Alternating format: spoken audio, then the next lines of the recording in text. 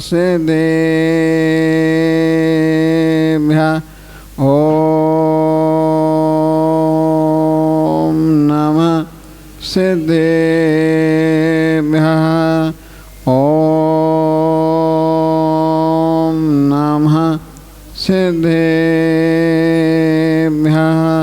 नमो हरिहन्ताणं नमो सिद्धाणं नमो आयर्याणं नमो अच्छायाणं नमो लोये सवसाणं देवागम नमो यानाय चामरातिभूतया माया विषदृशन्ते न ससिनो महान। ये आदिनाथ भगवान की, बोले चंदापुर भगवान की, शांतिनाथ भगवान की, बोले मन्नीनाथ भगवान की, बोले उपासनाथ भगवान की, बोले वर्धमान शासक महान स्वामी भगवान की, आचार्य श्री विमल सागर जी महाराज की, आचार्य श्री सन्मति सागर जी महाराज की जय। परम पूज आचार्य शिवराज सागर जी महाराज की, पट्टाचार्य श्री विशुद्ध सागर जी महाराज की, आचार्य श्री भव सागर जी महाराज की, बोलो द्वासांग जनमाणी माता की जय।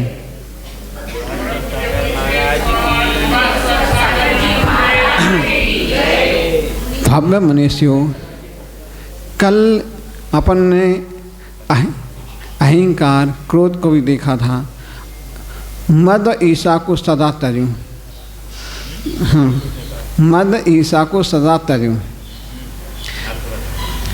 विषय हमारा अहंकार का विसर्जन। जिस प्रकार अग्नि होती है, अग्नि को अपन जैसा देखेंगे उसे देख पाते हैं। जिस प्रकार अग्नि होती है, यदि आप उसमें घी डालते जाओगे तो उफनाती जाएगी, बढ़ती जाएगी। यदि जिस प्रकार अपन उसमें कपूर डाला तो और बढ़ती जाएगी। इस प्रकार व्यक्ति को अपन थोड़ा करोगे तो और जहाँ उसको क्रोध आएगा, अहंकार आएगा। इसलिए अपन को स्थिति समझ लेना चाहिए, कैसी स्थिति चल रही है उस भक्ति की। तो हमारा विषय अहंकार का विसर्जन चल रहा है। मेरी भावना में एक शब्द इतना मौलिक और रहस्यों से भरा रहा है कि वह सीमित नहीं, असीम को छूता नजर आता है। न जाति न पंथपात से बना नहीं, अपितु जन जन की भावना बन जाते हैं। ऐसी में भावना भाने से प्रयत्न करें। कवि कहता है, अहंकार का भाव न रखो, नहीं किसी पर क्रोध करो, देख दूसरों की बढ़ती को कभी नहीं सा भाव धरो।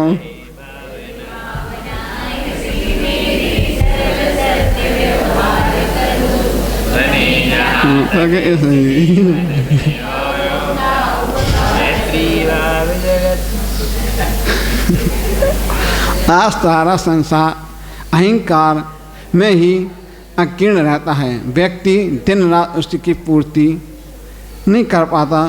सोचता पूर्ति करूं तो कैसे करूं, तो मेहनत करता है, प्रयास करता है, सारा जीवन उसी पूर्ति में लगा देता है। आचार्य समझाते हैं, हे भव्य, यह अहंकार तुम्हें दुर्गति ले जाएगा, नरक गति में ले जाएगा। यह शरीर जीव जब दूसरे शरीर में पहुंचता है तो नहीं पहचान पाता है। तो अमुक किसकी मन लो उसी स्थान पर पुनः जन्म लिया तो क्या कहेगा। तो उस तार फोटो लगाइए, तो दूसरे फोटो लगाओ। जितना समय नाम आकांक्षा में लगा देते हो, उतना यदि अपने आत्मसम्मान में लगा देते तो आत्मा का पतन से बच जाते हो। आत्मा का सम्मान यानी स्वरूप चिंतन, आत्म ध्यान में साधना में डूब जाता है तो आकांक्षाओं से हटने लगती है। जीवन में लघुता आ गई तो प्रकटता हो जाती है। अपने जीवन में यदि लघुता आ गई तो नम्रता जरूर आ जाती है। यदि अपन ने सोच लिया कि अपन को कैसे, कोई एक व्यक्ति था, हमने उसको देखा, इतना अहंकारी था, उसके पास हर प्रकार की जायदाद थी, कोई कमी नहीं थी। उसे देखते ही, जब कोई कमी नहीं थी तो देखते ही क्या हो रहा है। कोई सोच सकता था कि ये व्यक्ति कहाँ ऊंचाई पर है। कहीं कुछ सोचता है, किसी कर्म का उदय होता है, कोई पाप से पुण्य की ओर आ जाता है, कोई उसका पाप कौन आ जाता तो पुण्य में आता है। इसलिए अपन को इतना किसी को मत सोचना चाहिए कि हम इतने भूल जाएं कि कभी कभी सोचता है मैं तो इतने पैसे वाला हूँ, तो किसी को पैसा एक दिन नरक गति में ले जाता, दुर्गति में ले जाता है। तो आचार्य भगवान लाते थे, एक जंगल में दो जीव थे, एक ही गति के जीव हैं, वो स्थावर जीव है, वो ही घास है, वो एक बाँस है। दोनों रहते हैं, जंगल में रहते हैं, हंसते हैं, मुस्कुराते हैं, कहते हैं एक दूसरे को, कहते हैं कि तू क्या है, तू घास है, इतनी तक जीव होकर के, इतना छोटा होकर के इतना तो झुकता है, तेल कुचलता है, कोई आपकी कोई आयु है? अकेले बाँस कहता है मैं देखो कितनी ऊंचाई पर है, कितना मेरा सम्मान है, मैं कितने आकाश को छू रहा हूँ। तो फिर वो घास बोलती है सबके एक दिन एक से नहीं होते हैं, एक ना एक अपन को झुकना पड़ता है। अकड़ अपने आप में रहेगा, घमंड रहेगा तो अपने नीचे गिरा देता है। तो आचार्य बोलते हैं कि आप घास इतनी, मुझे देखना है इतनी ऊंचाइयों पर है, तुम्हें पैरों से कुचलता है। वो बाँस बोला है वो घास से, तेरे पैरों को चलता है, कुछ कोई कीमत नहीं है, घास तो देखकर मुस्कुराती है, इतना ही कहती है समय का फेर है। आज तुम आकाश को छू रहे हो तो मैं ज़मीन पर ही खुश हूँ। वो बाँस बोले ही मैं ज़मीन पर हूँ तो फिर भी खुश हूँ, तुम आकाश हो तो भी तुम खुश हो रहे हो। अगले एक दिन आपको उसी ज़मीन पर आना पड़ेगा, तो समय का फेर है, आकाश को छू रहे हो तो ज़मीन पर खुश हूँ। बाँस कहता है अच्छा होता तुम्हारा जन्म ना होता, घास कहती है ये तो अपना अपना भाग्य है, अपना अपना भाग्य है। हम सोचे कि हमारा जन्म अच्छा माना, हमने अपने हिसाब से अपना पाया, अच्छी पर्याय मिली, उच्च कुल पर्याय मिली, कि मनुष्य पर्याय पाकर गई, अपने जैन कुल पर्याय मिली कि हमने कम किसी की संगति की होगी तो हमने आज इतने उस पद को पाए, उच्च पद को पा गए। तो अच्छा है तुम्हारा जन्म होता तो घास कहते हैं तो अपना जन्म भाग में भाग है। इतने जोरों से हवा का झोंका आता है, जब हवा का झोंका आता है तो बाँस को लगता है वो झुक जाता है, गिर जाता है ज़मीन में।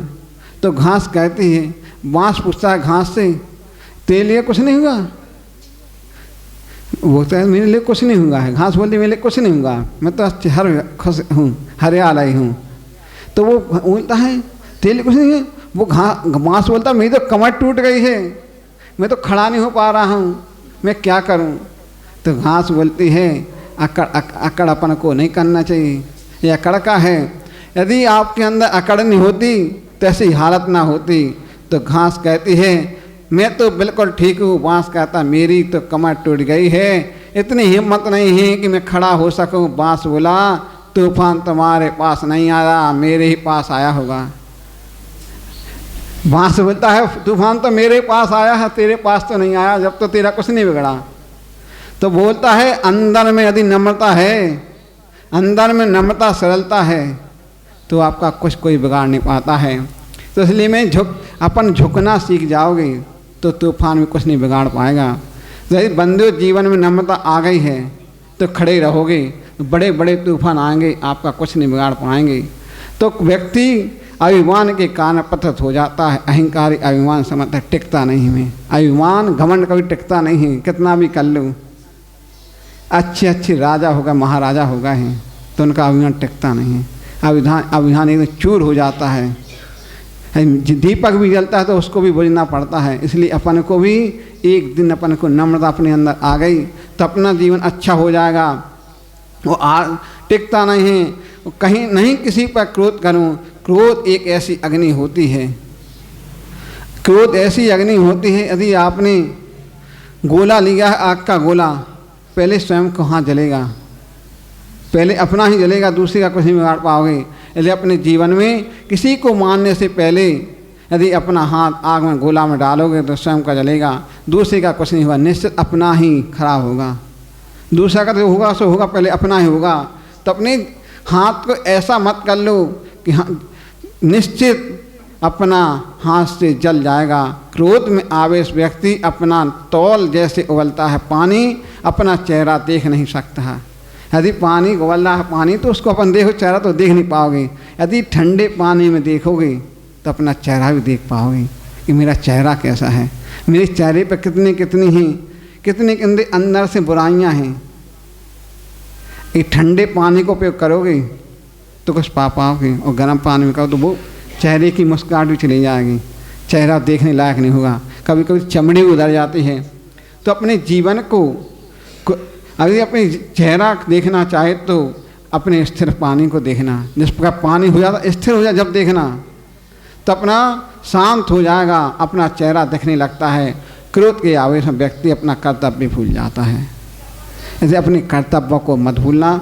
और एक महिला एक लौता बैठा था, एक महिला के पास एक ही तो बेटा था। वो चाहती थी, सोचती थी क्या इसको बड़ा बना कर हम उसको बहुत अच्छा इंजीनियर बनाएंगे। अकेले क्रोध का कभी कुछ कह नहीं सकते हैं। पति साहब ने महीने की वेतन जब आती है, वेतन दे देती, 100 की गड्डी देते हैं, दे देता है, रख देता है। बच्चा छोटा सा ही था, खेल रहा था। उसने कि खेलें क्या खेलें, और वहाँ पर चूल्हा जल रहा था। छोटा बच्चा लेता है, उसमें गिट्टी डाल देता है। जब उस आग जल्दी है तो बच्चा खुश होता है, खुश होने लगता, हंसता है देख कर। तो फिर पत्नी देखती है ये क्या किया, मेरी इतनी मेहनत, इतने मेरे पति ने इतना कमा कर दिया, मैं कम से इतनी 100 रुपये की गड्डी कितनी होंगी, 10,000 होंगी। तो सोचता मैं ही क्या करूँ, इसने बच्चे ने जला दी। तो उसका गुस्सा आ जाता है। क्रोध के आवेग में बच्चे को भी खो देती है। तो अपने नज़र में फोटो गड्डी के काम खो देती है, चूल्हे फेंक देती है। ताली बजा कर वो बच्चा खुश होता, तालियां बजाता है, खुश होता है। अकेले उसने छोटे से बच्चे को ये नहीं सोचा माने कि इस बच्चे को हम खो रही हूँ। उस बच्चे को इतनी तो होना चाहिए, उस माँ को इतने तो होना, अपने हाथ पर रखती पैसे तो पानी का है, पानी की तरह है, मैं कमा लेता। अकेले उसने क्रोध के आवेश में बच्चे को चूल्हे में भोंक दिया। अब उसका जीवन में चला गया, ये कुछ नहीं सोचा। इसलिए अपन को अपने जीवन को देखना चाहिए, क्रोध को मत देखो। पैसा तो अपना कमा लेंगे, होगा तो हो जाने दो। तो एक दिन के भूखे तो रहते, क्या रहते रह जाते। अकेले उस माँ ने जिन्हें चूल्हे में डाल दिया, मारा गया। फिर बाद में पति को भी आता, गुस्सा आ जाता है। पति भी उस माँ को, उस पत्नी को जला देती है। तो अपन को अपने आप इतना मत क्रोध आना चाहिए कि क्रोध को शांत करो। जब आए तो पानी डाल दूँ, उस अग्नि को बुझा दूँ। यदि आपको क्रोध आ रहा है तो स्थान चेंज कर दो, मौन हो जाओ। आचसी हरदम बदलाते थे हम लोगों को संग में कि कभी भी क्रोध आए, कितना भी आए, सुन लो। कान है, इधर सुनते जाओ, इधर निकालते जाओ, निकलते जाएगा। सुनती सुनती अपन भी शांति से आँखें मीच लो। नहीं देखो किसी को, उसका वो भौंकने दो, जिस पर कुत्ता भौंकता है भौंकने दो, इतना ही कर लो। यदि आपने कुत्ते की तरह भौंकना सुन लोगे तो आपको ये पर्याय ना देखने पड़ेगी, ऐसे कष्ट नहीं देखने पड़ेगी। यदि आपने कुत्ते की तरह आप भी कुत्ते बन गए तो कुछ अपना जीवन कुछ सार नहीं निकलेगा। इसलिए अपने जीवन को सार में निकालना है। तो कुत्ते की तरह मत भौंकते रहना कि दोनों कुत्ते होगा क्या काम का।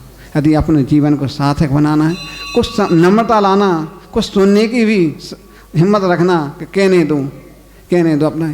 क्या कोई व्यक्ति घर में झगड़ा ही हो जाती है, कहीं दो आते होगी, आप दोनों लड़ोगी, आप मौन हो जाए तो सुनते सुनते वो चलाएगा, अब तो कुछ नहीं, सुनते वो शांत हो जाएगा, चला जाएगा। और आज ऐसे बोलते थे अपन सबसे हो गया है, दूसरे स्थान पर चले जाओ, स्थान चेंज कर देना चाहिए, वातावरण चेंज कर देना, या उस पर बात छोड़ दो और दूसरा टॉपिक उठा दो, तो अपना जीवन कुछ सार निकाल लोगे। जिस प्रकार मट्ठा दही होता है, माँ उसको भांती है तो किस लिए भांती, कुछ ना कुछ मिलेगा उसमें, मंथन करते हैं। अपन यदि पढ़ते हैं, उसका चिंतन करते हैं तो थोड़ा थोड़ा वो तो सार निकल जाता है। यदि अपन सार निकालना है तो मंथन घी में से नैनू निकाल लेते हैं, नैनू से अपन घी बना लेते हैं। यदि नैनू बना लिया, घी बना लिया तो अपना जीवन सार्थक हो जाएगा। इसी अपने मनस पर्याय मिली है तो सार्थक करना। मट्ठा को ऐसे मत खो देना, मट्ठे से घी निकाल कर अपने सार्थक जीवन को कर लेना। इसी भावना के साथ बोले महावीर स्वामी भगवान की जय। मेरे पवित्र मन में गुरुदेव आओ, मैं शास्त्र वाचन करूं प्रतिभा जगाओ। अरिहंत भासित सभी श्रुत देवताओ, क्या बोलना अब मुझे तुम ही बताओ। क्या बोलना अब मुझे तुम ही बताओ। यस्य स्वयं स्वावाप्ति प्रभावे कृष्ण कर्मणः, तस्मै संज्ञान रूपाय नमोस्तु परमात्मने। यस्मिन् गिरे च निरतां श्रुत शब्द राशि, भाषानुरश्मि समतेज सदा हि नन्दो।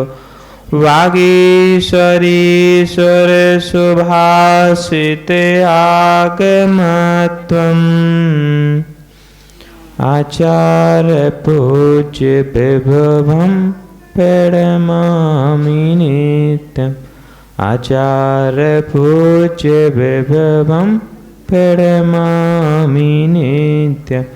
अनंत अनंत सिद्ध पंच परमेष्टि भगवान की परम पूज कल्याण कल्पदम कल्याण मंदन चिंतामणि मूल नायक श्री 1008 पार्श्वनाथ भगवान की, शासनाय भगवान महावीर स्वामी की, परम पूजनीय आचार्य गुरुदेव पूज्यपाद महाराज की, परम पूजनीय आचार्य गुरु श्री विद्यासागर जी महामुनिराज की, परम पूजनीय आचार्य श्री विशुद्ध विराग सागर जी महाराज की, परम पूज्य संयम प्राण प्रदाता गुरुदेव विभव सागर जी महाराज। अहिंसामयी विश्व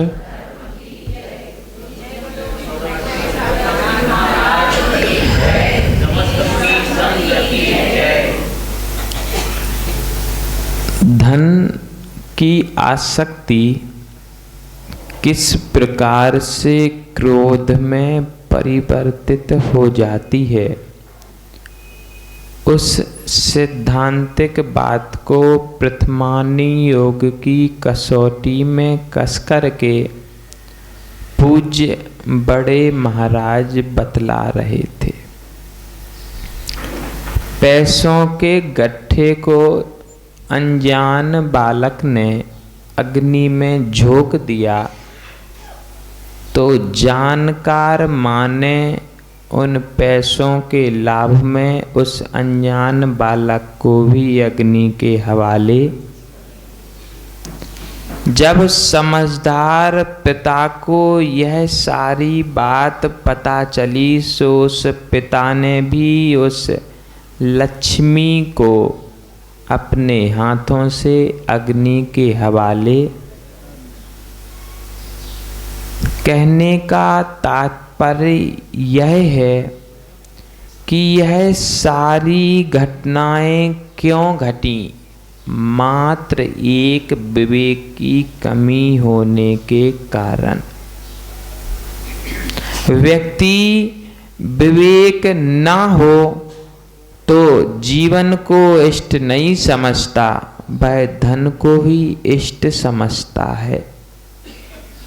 यह एक ऐसी पागलपन की स्थिति बन जाती कि न व्यक्ति को पागल कह सकते हैं, न व्यक्ति को समझदार कह सकते हैं। उसकी बुद्धि और विवेक नष्ट हो जाते हैं। अभी पर्युषण पर्व आएगा, जब क्षमा की विवेचना होगी तब कहा जाएगा किसी और के कारण किसी अन्य व्यक्ति के कारण क्रोध की उपस्थिति होने पर अथवा क्रोध दिलाए जाने पर अपने स्वार्थ की सिद्धि न होने पर अथवा हमारे इष्ट कार्य की पूर्ति न होने पर क्रोध आता है। इन सारी स्थितियों में जो क्रोध नहीं करता है उसके यहाँ उत्तम क्षमा होती है। ऐसा ही पढ़ा है और अभी तक ऐसा ही सुना है, देखने में आया है तो सिर्फ महापुरुषों के जीवन में ही दिखा है। यदि उस धन को अपना ना माना होता तो वह मां बेटे को जलाती नहीं। जो धन आज आया है चला गया, वह अपना था ही नहीं। यदि इस ध्रुव सिद्धांत की पारगामी वह मां होती तो बेटे को अग्नि के हवाले 3 काल में भी नहीं कर सकती थी। वह जानती थी कि मेरा जो था ही नहीं, मैं उसके लिए क्यों क्रोध करूं। जब हम लोग छोटे छोटे से थे तब अपना नाम लिखना बड़ा ही अच्छा लगता था। घर से कभी कभार, रोज नहीं, एक 5 का नोट मिलता था। नोट समझते? आप लोग के पास तो हजारों के होंगे। वो 5 का नोट मिलता था, उस पर अपना नाम लिख देते थे, फिर दुकान पर दे आते थे। ऐसा क्रम बहुत बरसों तक और कई नोटों पर किया। सोचते थे कि अपना दिया हुआ नोट अपने पास वापस। मूर्ख थे, जो अपना था ही नहीं वह अपने पास कैसे आएगा। अब तो चर्चा शेष नहीं, लेकिन जब तक आदान प्रदान का कार्य चलता था तब तक तो वो नोट वापस। अब शेष जीवन में आने की संभावना है ही। ये एक ऐसा ज्वलंत उदाहरण है कि कोई भी अपने जीवन में अपना सकता है। जो एक बार चला जाता ना, वो समय वापस नहीं आता है।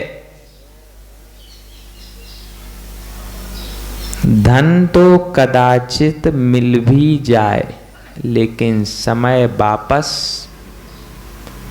समय धन एक ऐसा अद्भुत धन है, यदि उसका समय रहते समय का उपयोग कर लिया तो संचित धन का उपयोग स्वतः ही हो जाएगा। लोग कहते ना, हमारे मौके पर काम नहीं आए। अब हमें आपसे कोई संबंध, अक्सर ऐसी ही चर्चा देखने पर आती है। जब आप अपनी जरूरत के वक्त व्यक्ति काम नहीं आए तो उसको महत्व देना बंद कर देते हो। ऐसे ही समय कहता है कि जब हमारी आवश्यकता थी तब तुम मेरे साथ नहीं रहे, अब हमें तुम्हारी आवश्यकता नहीं है, जाओ संसार की ठोकरें खाओ। बड़ी विचित्रता है। यदि हाथ का जल नीचे गिरा दो तो फिर जमीन से समेटने की किसी में सामर्थ्य नहीं है। और यदि किसी स्वच्छ वस्त्र से समेट करके हाथ में भरोगे भी तो उज्ज्वलता नहीं रहेगी। यदि समय पर समय का उपयोग नहीं किया और पीछे से उस समय के पीछे भागे तो वह महत्व नहीं रहेगा जो हाथ के स्वच्छ जल का कभी महत्व था।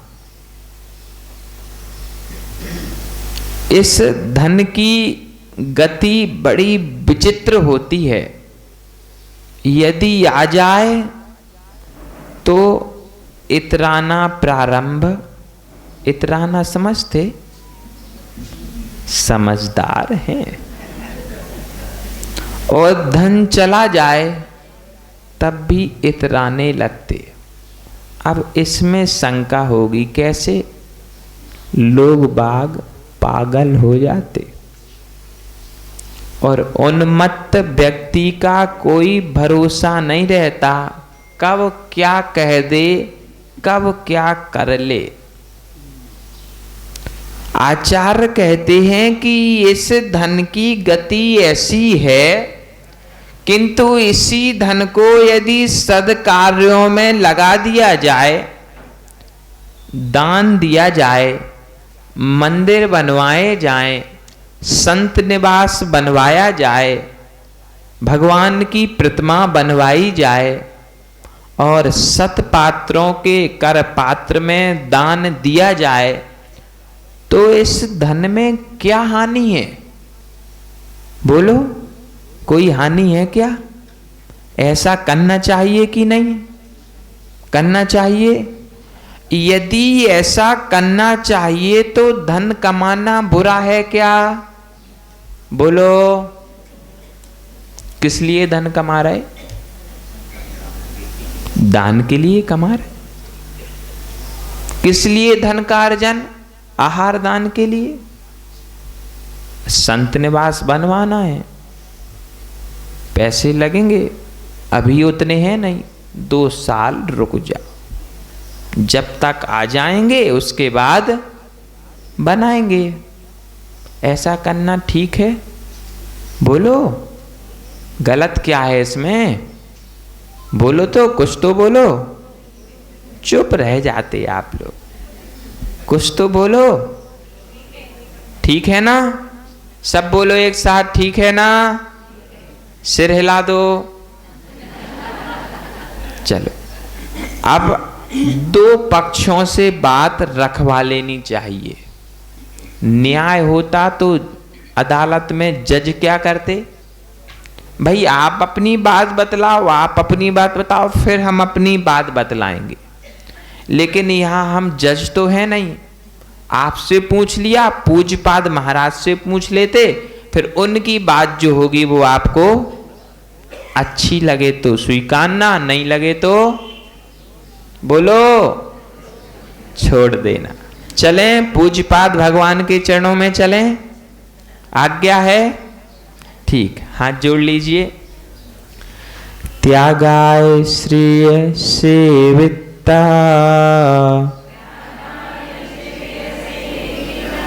मवित्तः संचिनोति यः शरीरं शपंकेन स्यान्यास्यामीति विलम्पति। त्यागाय सेवितमवित्तः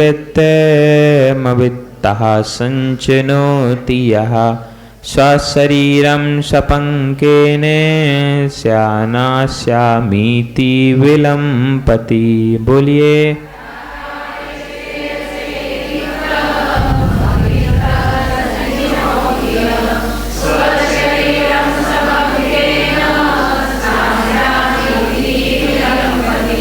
त्यागाय श्रेय सेविता मवित्ता संचिनोति यः। त्याग करने के लिए वित्त का संचय करना चाहिए। ठीक है, बोलिए, यही लिखा ना, त्यागाय श्रेय से वित्ता मवित्ता संचिनोति यः। त्याग करने के लिए वित्त का संचय करना चाहिए।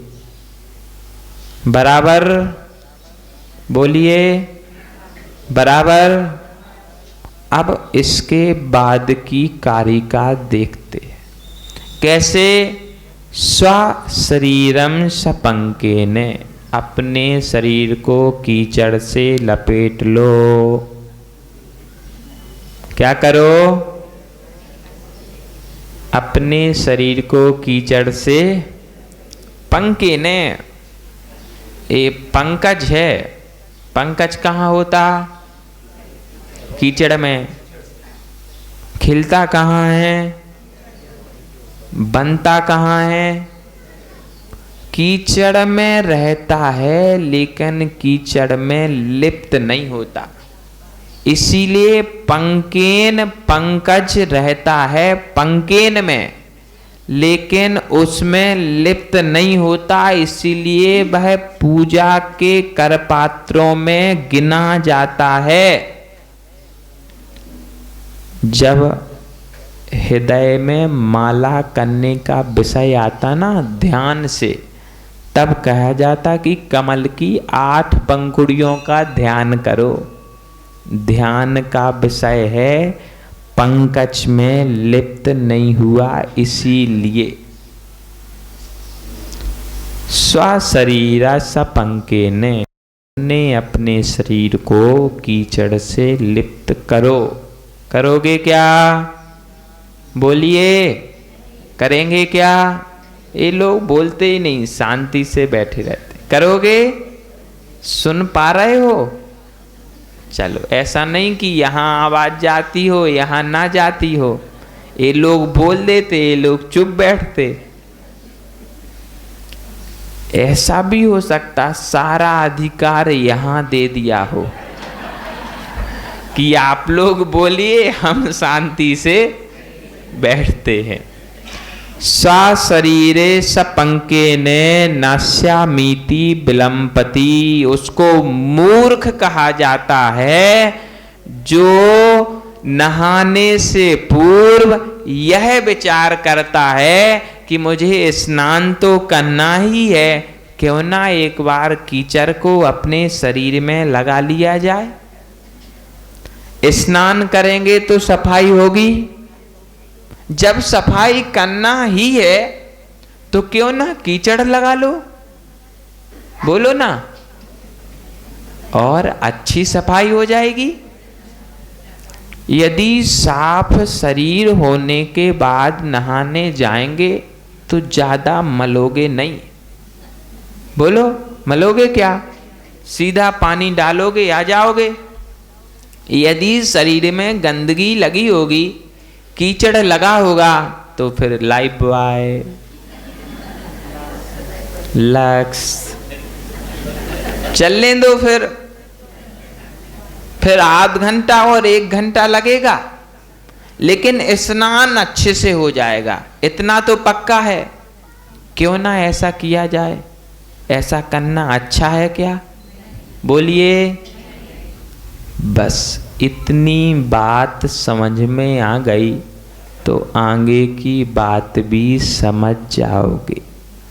भगवान पूज्यपाद स्वामी का कहना है, जैसे कोई विद्वान व्यक्ति नहाने की आशा होने पर शरीर में कीचड़ नहीं लपेटता, वैसे ही विद्वान व्यक्ति दान देने के लिए धन का संचय, बोलिए, जब दान देना ही है तो खूब पाप कर लो। कितनी भी समीचीन तरीके से धन का संचय हो, लेकिन उसमें पाप तो होता होता ही होता है, आप उस पाप से बच नहीं सकते। और यदि दान देने के लिए धन कमा रहे हो तो फिर समझ लो नहाने के पहले कीचड़ लपेट रहे हैं, ऐसा हमने नहीं कहा। देखो कारी का देखो क्या लिखा, स्वशरीरम सपंके ने, अपने शरीर को पंके ने यानी कीचड़ से लपेटो, नश्यामीति विलंपति। क्यों? जो दान देने के लिए धन को जोड़ता है, दान देने की विधि है तो है क्या? दान देने के लिए लक्ष्मी जोड़ना नहीं पड़ती। जो संचित है, जो लक्ष्मी, जो धन, जो संपत्ति आपके पास पहले से है, उसी में से जो आप चाहते हो उस संपत्ति का दान दो, वह दान दान कहलाता है, ना कि यूं मैं 2 साल बाद बोली लूंगा उसके लिए पाप कमा रहे। धन तो कमाओगे ही कमाओगे, आपका स्वभाव ही है। सुबह से उठते हो, चाय नाश्ता करते हो, दौड़ते दौड़ते दुकान के लिए पहुंच जाते, फिर दोपहर में आते हो जैसे तैसे, फिर भागते भागते फिर शाम को तो आते ही नहीं, फिर सीधे रात को आते हो। अब कहना नहीं चाहिए, आप किसी से कहना नहीं, लेकिन रात को भी खाते हो। देखो अपनी समाज की अपन को बुराई नहीं करनी पड़ती क्या? अपने घर की कोई बुराई करता क्या? बोलो। यदि बहू मारती हो सास को तो सास किसी से नहीं कहेगी, कहेगी क्या? नहीं तो जो गांव में इज्जत थी वो भी चौपट हो गई। ऐसे ही अपने गांव की बात किसी से नहीं कहना कि हमारे गांव में रात्रि भोजन, चुप रह जा। हमने आपसे धीरे से कह दिया, हमने भी जोर से नहीं कहा। कोई बाहर वाला अब समझ लो, विचार कर लो, धन के कारण भोजन भी। इन महाराज को खूब ज्ञान है। एक दिन कह रहे थे जो रात में भोजन करता है वो, देखो वो अभी भी बता रहे, खाने का दोष, पानी पीता है तो। अभी सब समझदार हैं यहाँ, इसीलिए सब स्पष्ट नहीं कहते हम, लेकिन इतने समझदारों के बीच में भी उनके घर में नासमझ लोग कैसे हैं, इस बात की हमें बहुत चिंता होती है। समझदारों के बीच में यदि एकाध नासमझ आ जाए तो उसको भी समझ आ जाती। अब देखो हम लोग आए थे, कोरे के कोरे आए थे कोपर गांव, यहाँ के विद्वानों की संगति मिली, विद्वान हो गए। देखो प्रभाव पड़ता है ना। लेकिन आप लोग कैसे हो? आप लोगों का प्रभाव अपने बच्चों पर नहीं पड़ता? कुछ तो विचारणीय बिंदु है। आप लोग क्या इस विषय पे घर पे चर्चा नहीं करते? या चर्चा करना चाहते नहीं, या तीसरा बिंदु धीरे से कहते हैं, आपकी कोई बात नहीं मानता क्या? देखो ये अपने रहस्य हैं, किसी से कहना नहीं, लेकिन विचार तो करना ही पड़ेगा। आपके घर वाले आपकी बात नहीं मानते क्या?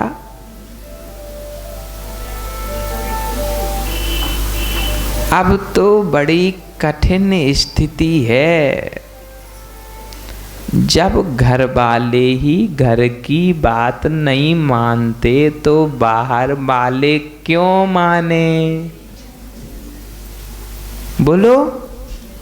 अब हम सुधारने चलते हैं पड़ोसी को, क्या यहीं की चर्चा है? देखो, दूसरे गांव की बुराई इस गांव में अपन, यदि अच्छी बात होगी तो हम चतुर्मास के बाद जाएंगे तो कोपर गांव की कहेंगे, यदि बुरी बात लगी,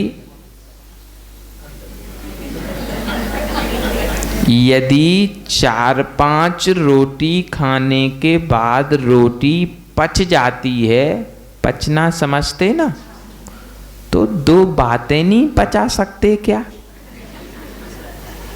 अपनी पाचन क्षमता अच्छी होना चाहिए, वो तो आपकी बात है, इसीलिए आपको बता दिया, अन्यथा हम क्यों किसी की बुराई बतलाएं?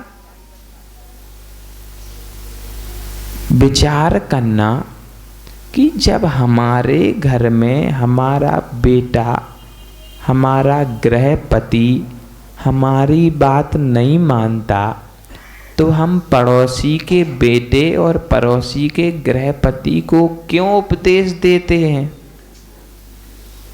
लोग बाग आते हैं हमारे पास, बतलाते हैं, महाराज इनको रात्रि भोजन का त्याग करा दो, महाराज इनको ब्रह्मचारी बना लो, महाराज इनको संघ में भर्ती कर लो। अरे इतनी सी बात है, जब मात्र तुम अपने घर वालों का रात्रि भोजन नहीं छुड़वा पा रहे हो, तो फिर हमें क्यों बाध्य करते, इनको अपने साथ में ले जाओ। अब बेचारे बालचंद जी शांति से रहते हैं।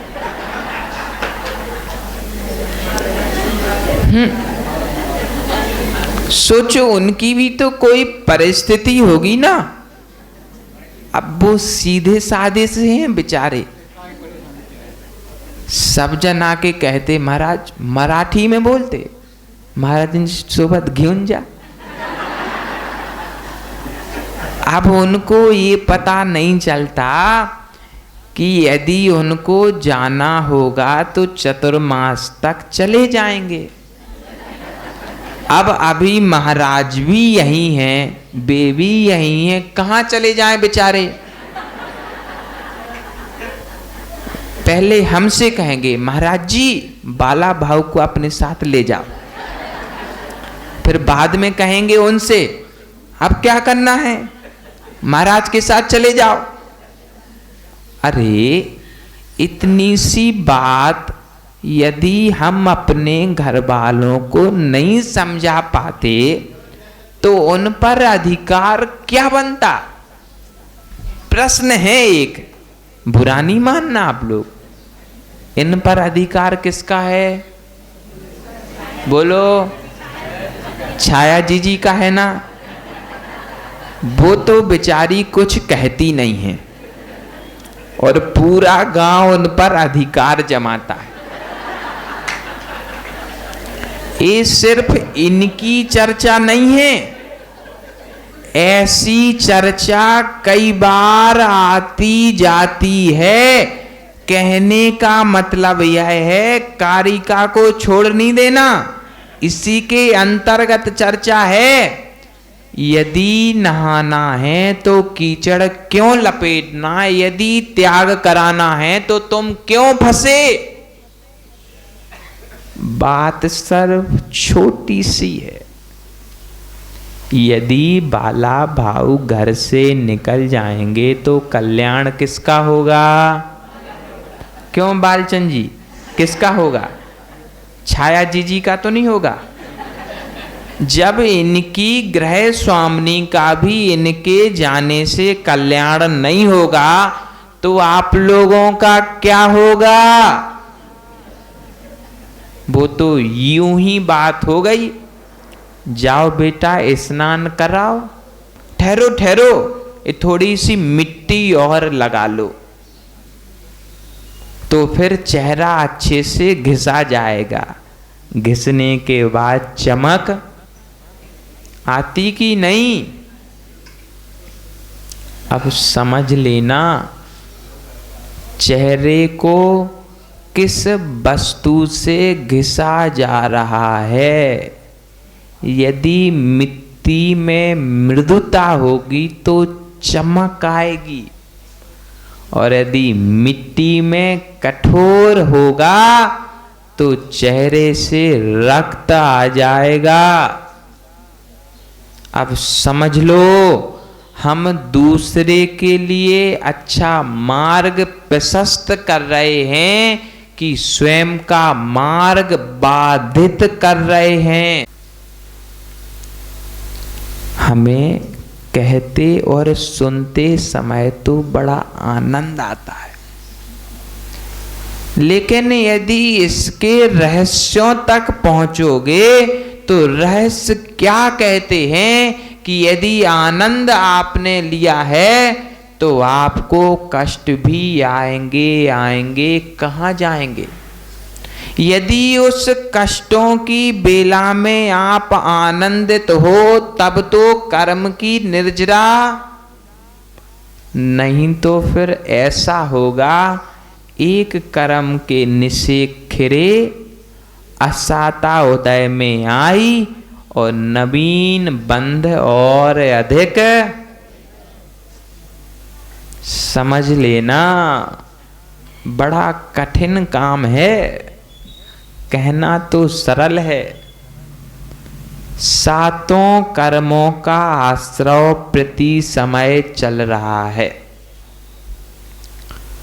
अब अनुभाग स्थिति के लिए कह सकते कम बंध रही कि अधिक बंध रही।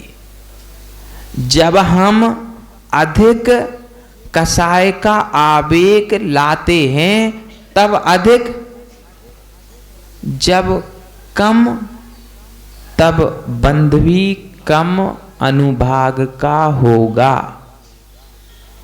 अब समझना ऐसा है कि जब हमें पता चल चुका है कि हम कसाय करेंगे और कसाय के आवेग से अनुभाग अधिक सत्ता और स्थिति वाले बंधेंगे, तो हम ऐसा करें ही क्यों?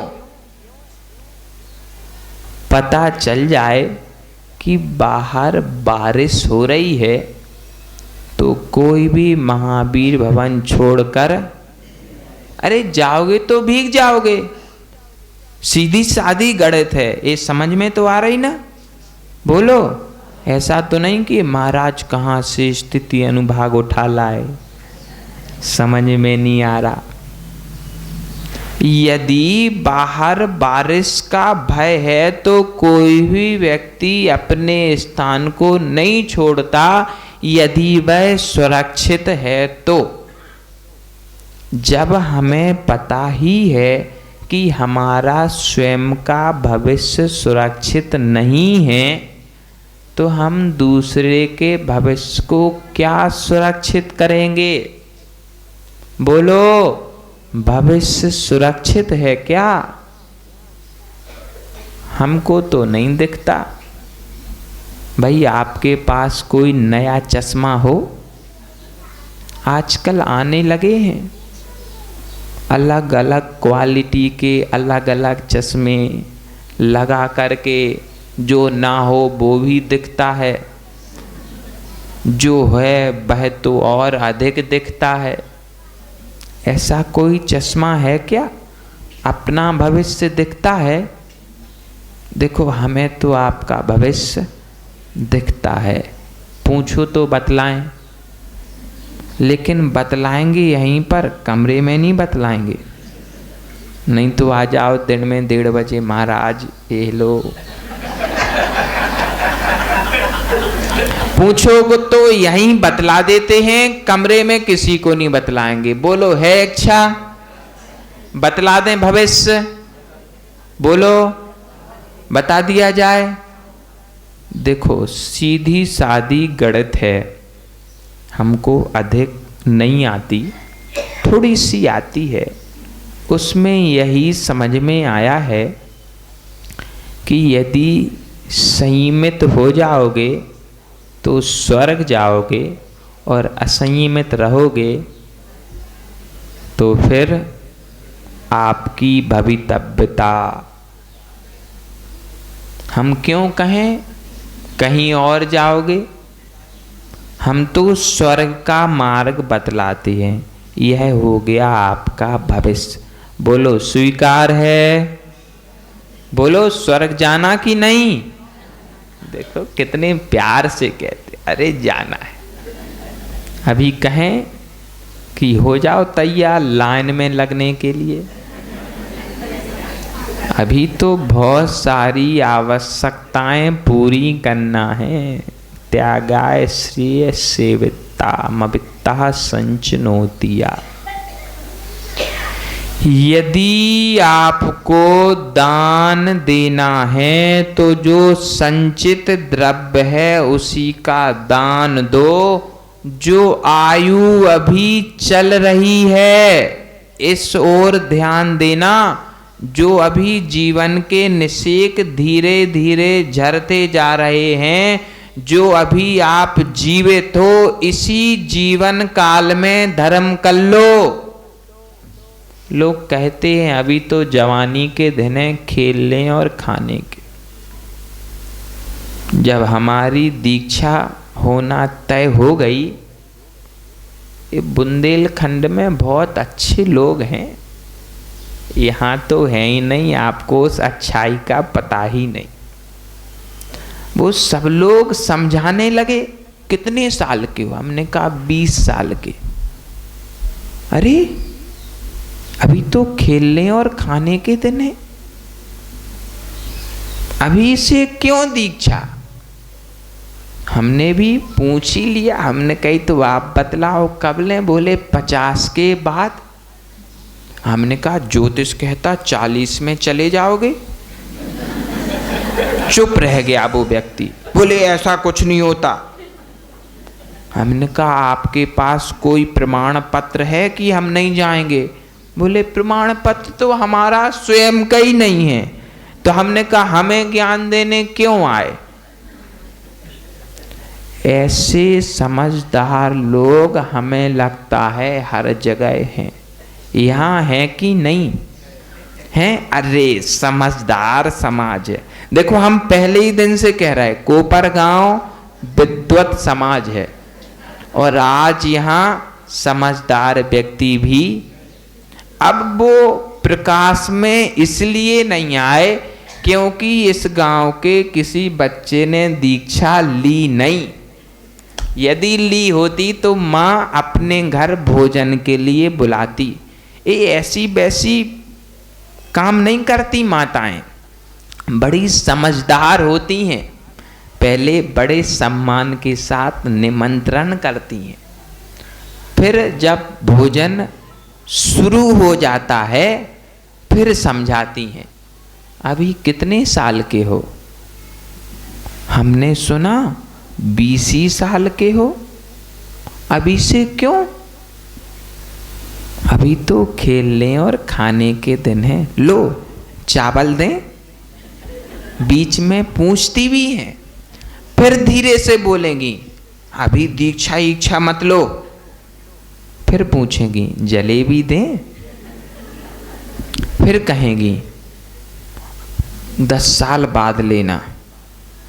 आपने तो भोजन अच्छे से किए ही नहीं। फिर यूं भी कहती हैं अरे तुम मेरा जीवन बर्बाद करने के पीछे लगे हो और मुझसे भोजन हो जाएगा क्या?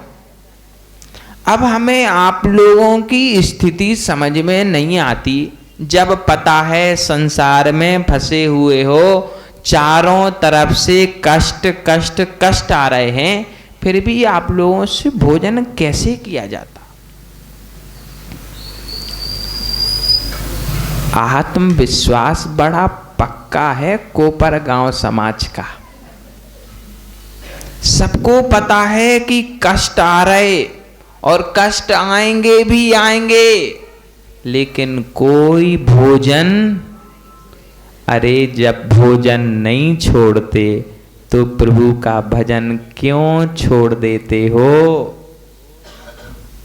जितना आवश्यक भोजन है उससे भी अधिक आवश्यक प्रभु का भजन है। भोजन छूट जाए तो कोई बात नहीं, लेकिन भजन नहीं छोड़ना। भजन करते रहोगे तो भोजन भी सुलभता से मिलता रहेगा। संपत्ति कितनी भी हो, यदि पेट में भूख ना हो तो भोजन में रुचि पैदा नहीं होती। वैसे ही भोजन करने के लिए रुचि नहीं होती, यदि भीतर में धर्म की पिपासा ना हो तो भजन में मन नहीं लगता।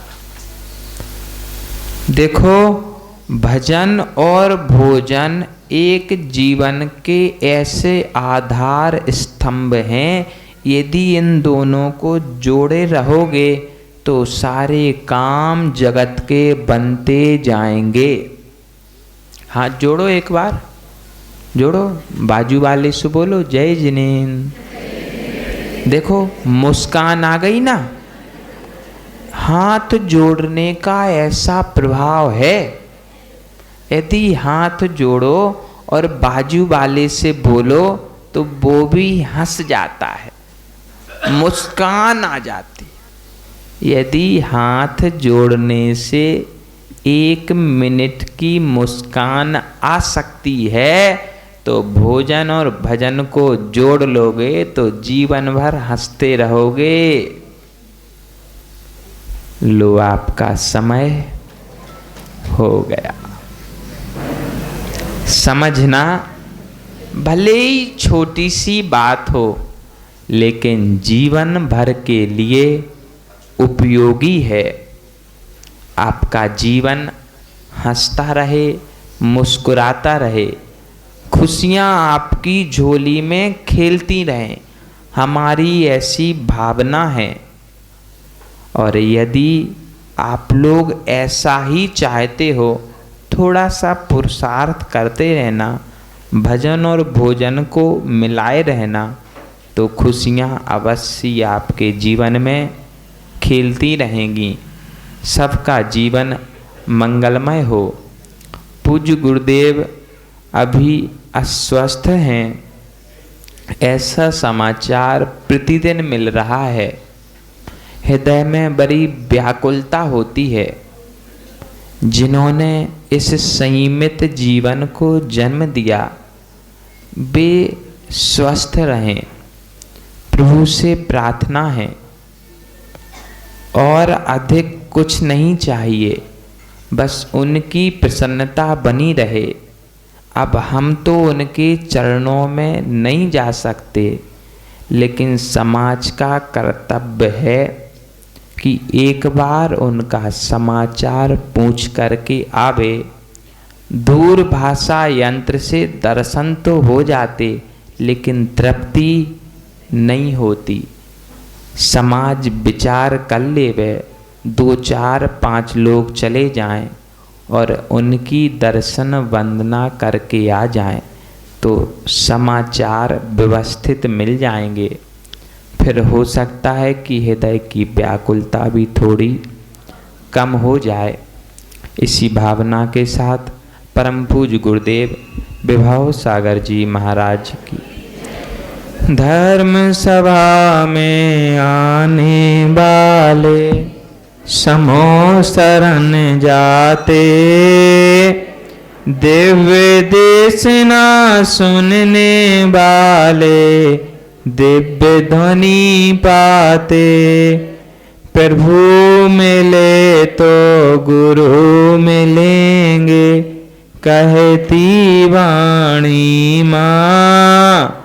बार बार हम शीश झुकाएं हे जिनवाणी माँ।